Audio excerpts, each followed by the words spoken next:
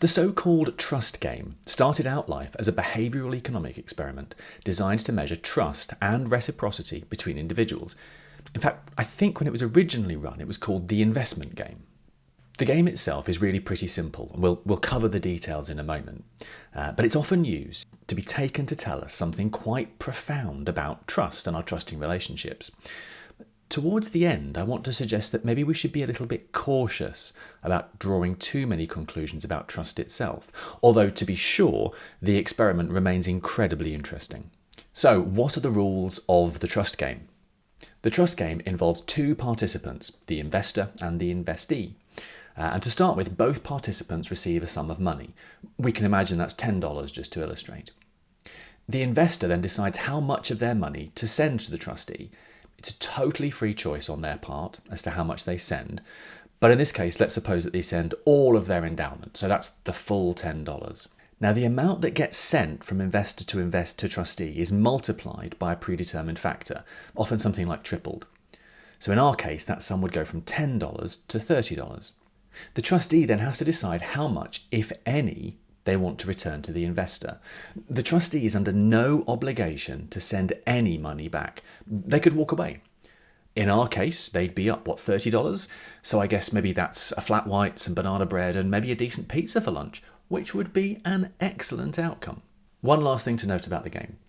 At the start, both the investor and the trustee know what the steps will be. And in sum, both investor and trustee are given a sum of money. The investor sends some of his or her money to the trustee, which is then multiplied. But the trustee is able to send some money back to the investor, but is under no obligation at all to do so. Now, here's why it's kind of cool. Traditional game theory, which assumes that the parties in the game will act purely out of their own self-interest, predicts that the investor will actually send nothing to the trustee. After all, the investor knows that the trustee could just keep everything. And it's surely in the trustee's best interests to just keep all of the money when they get it. Well, in that case, why would the investor send anything at all? However, the experimental results found from running the game consistently contradict that prediction. People don't just follow the expectations from the traditional game theory, although the exact percentage of trustees honouring the trust shown and returning good amounts of money hovers around 75 to 90%. So it's not entirely consistent as to how much money will come back.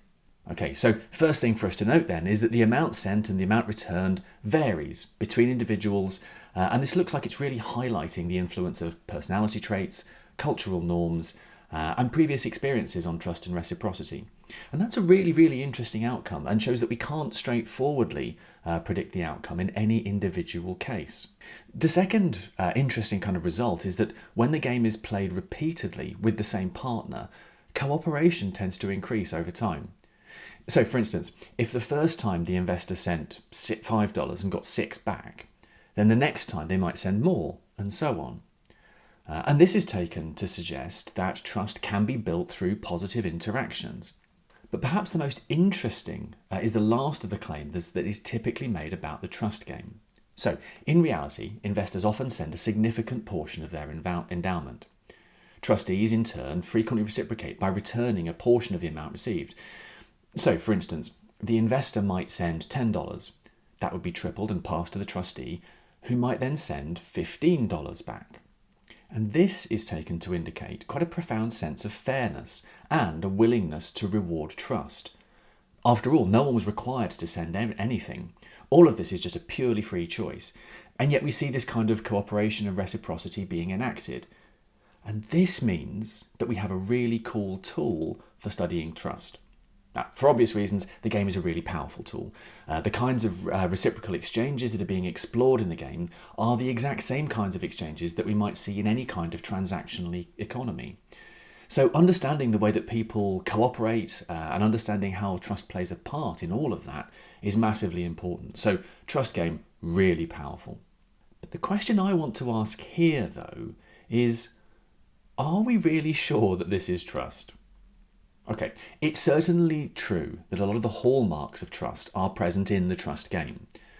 The investor has to make themselves vulnerable to the trustee by sending money, and has to do so without being sure that the money will come back. All absolutely fine. But what I really want to press on is whether we really think that this has to be a case of trust as opposed to a case of cooperation or reliance. Here's what we'll do. I'm going to start by taking a look at arguably the most prominent account of trust in the business literature. And that account sure makes it look like the trust game really is exploring trust. However, we're then going to take a look at quite a famous and interesting problem case from the philosophy literature. And I'm going to suggest that we can use that to just cast doubt on the account of trust that's given in the business literature. And that case will also help us to see why it's not quite clear that what we're looking at in the trust game really is trust at all. Do you trust me to do all of that? Of course you do. And if you're enjoying this video, then give the video a like and subscribe to the channel. If, as promised, we look to the business literature, then it does seem uncontroversial that the trust game is a case of trust. The most famous model of trust from the business literature is put forward in 1995 by Meyer and colleagues, and they treat trust as the willingness of a party to be vulnerable to the actions of another, partly based on the expectation that the other will perform a particular action important to the truster, irrespective of the ability to monitor or control that other party. So that's their definition of trust. Is that really trust? In the philosophy literature, which is clearly my favourite literature, there's a particular kind of problem case that we might think about here. And the case suggests that Meyer and colleagues might not be entirely right about the nature of trust. The case that I have in mind is called the confidence trickster case. And it asks what we think about someone who we come across on the street who is trying to steal money from us by playing a street game and getting us to part with our money.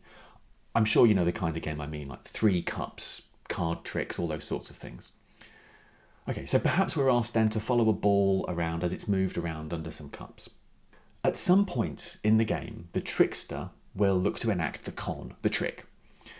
When they do, if we notice and call attention to it, they may be in significant trouble.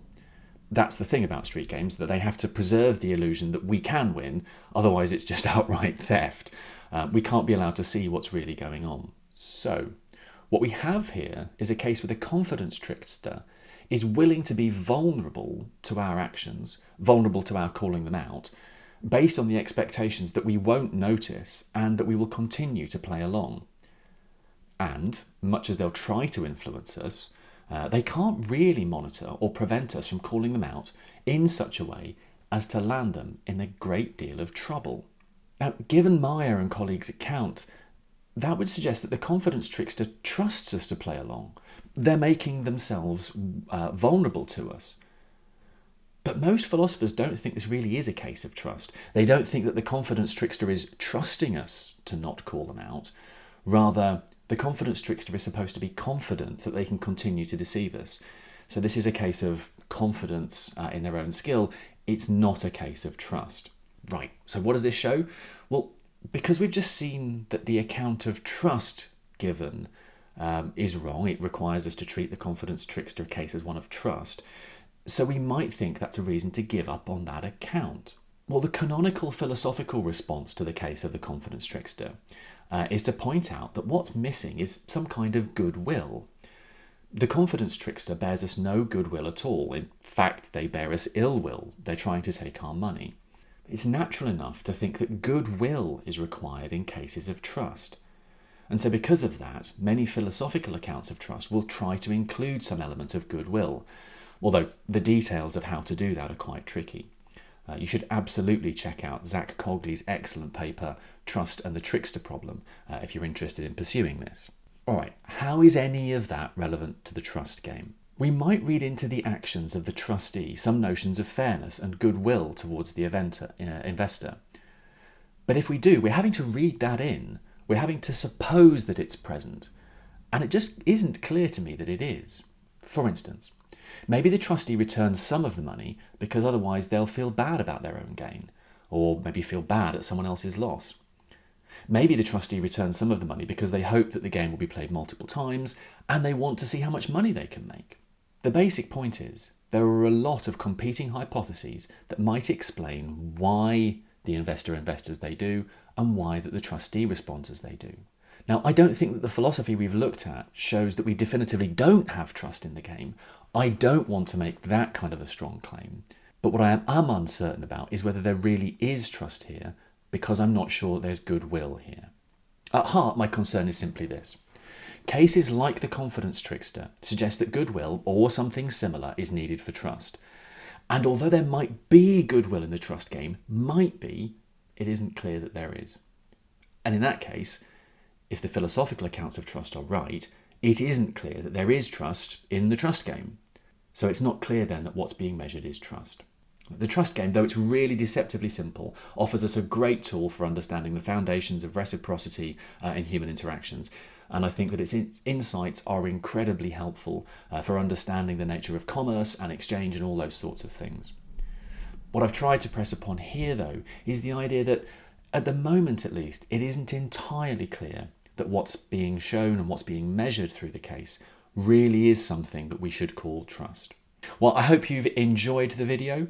If you have, then as I say, like the video, subscribe to the channel, and let me know in the comments whether you think this really is a case of the trust game measuring trust. Until next time, be sure to avoid confidence tricksters and stay suitably trusting.